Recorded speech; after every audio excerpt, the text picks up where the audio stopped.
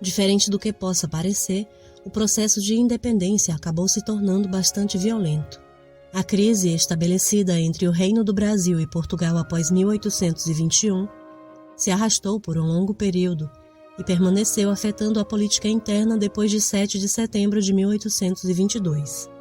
Isso porque as cortes portuguesas, na tentativa de enfraquecer a regência de Dom Pedro, haviam criado as juntas governativas, que davam autonomia às províncias. E com isso, em alguma delas onde existia uma quantidade significativa de comerciantes lusos, este poder foi utilizado para iniciar os levantes contra o imperador.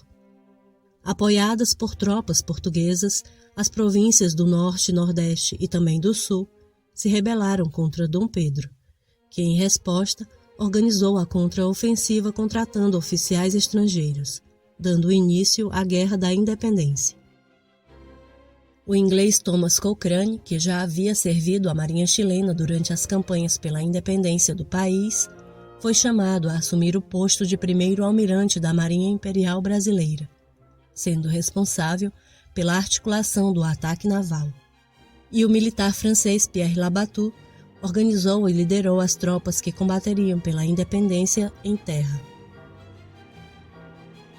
Além das milícias formadas por estrangeiros, a participação popular no exército de resistência mereceu destaque, sobretudo na região Nordeste.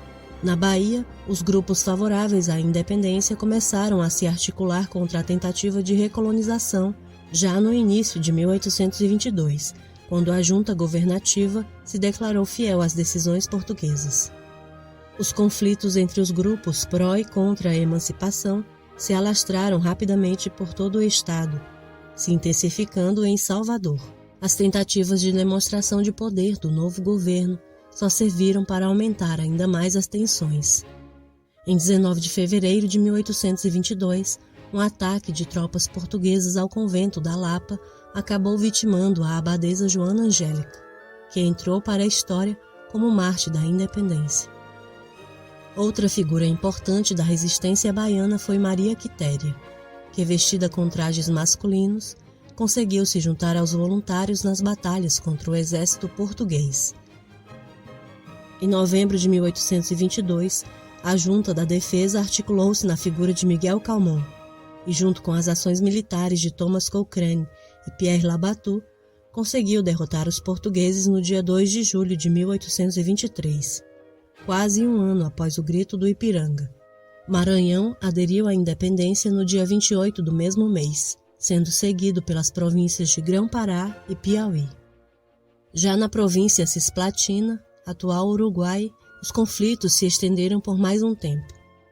O grupo favorável à independência havia sido expulso de Montevidéu e a articulação de resistência estava acuada. O cerco à região foi feito pelos navios da Marinha Imperial e somente em março de 1824 as tropas portuguesas se renderam, tornando possível a anexação da Cisplatina ao Brasil.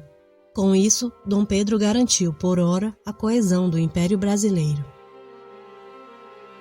Na Constituição outorgada por ele em 1824, o poder moderador e a autoridade na escolha dos presidentes das províncias pareceram mais uma tentativa de evitar levantes futuros que levassem a uma possível divisão do país.